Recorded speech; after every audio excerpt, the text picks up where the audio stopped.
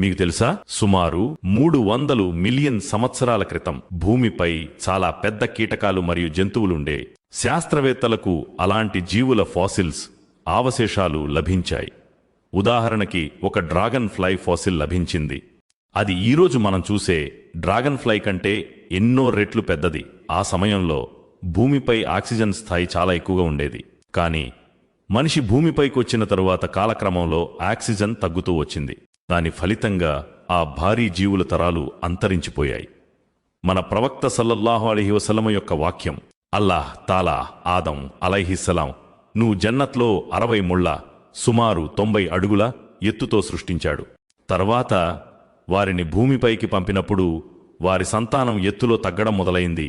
సహీహ్ అల్ బుఖారి 3326, సహీహ్ ముస్లిం 2841. Science మనకు చెప్పే విషయం, ఎక్కువ ఆక్సిజన్ స్థాయి పెద్ద పరిమాణంలో జీవులను నిలబెట్టగలదు. ఆక్సిజన్ క్రమంగా తగ్గిపోవడంతో జీవుల శరీర పరిమాణం కూడా తగ్గిపోయింది.